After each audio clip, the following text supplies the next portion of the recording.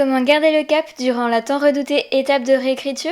C'est ce qu'on va voir aujourd'hui. Bienvenue dans l'épisode 7 de Carnet d'Auteurice, la série qui t'aide à créer ton compagnon d'écriture page à page. Pour cette partie réécriture, j'ai conservé les trackers journaliers et mensuels que tu peux retrouver dans les épisodes 4 et 5 de cette série. En parallèle, j'ai ajouté de nouveaux trackers, dont celui-ci, la feuille de route de la relecture / réécriture. C'est une page hyper facile à mettre en place, mais elle permet de visualiser en un coup d'œil le chemin parcouru et celui qu'il reste à parcourir. Je commence par repasser le titre au liner, puis je viens segmenter ma page en plusieurs parties selon la méthode que j'ai retenue pour cette étape. D'abord une relecture globale du manuscrit entier, puis une relecture plus détaillée chapitre par chapitre, et enfin la réécriture. Dans chaque section, je viens noter le numéro de chacun de mes chapitres. Comme ça, je n'aurai plus qu'à les surligner au fur et à mesure. Le deuxième tracker est plus spécifique à la réécriture. Il s'agit d'un tableau comparatif du nombre de mots avant et après réécriture. Ce n'est pas obligatoire, mais j'étais curieuse de savoir si mon texte avait besoin d'être élagué ou étoffé. Je reprends le même type de titre que pour le premier tracker, puisque les pages forment un ensemble dans le carnet. J'ai préparé un tableau avec une ligne par chapitre, mais je le trouvais un peu trop rigide. J'ai donc tout gommé tellement fort que j'ai déchiré ma page. Mais tant pis. Au final, j'ai surligné une ligne sur deux pour que ce soit plus attrayant visuellement.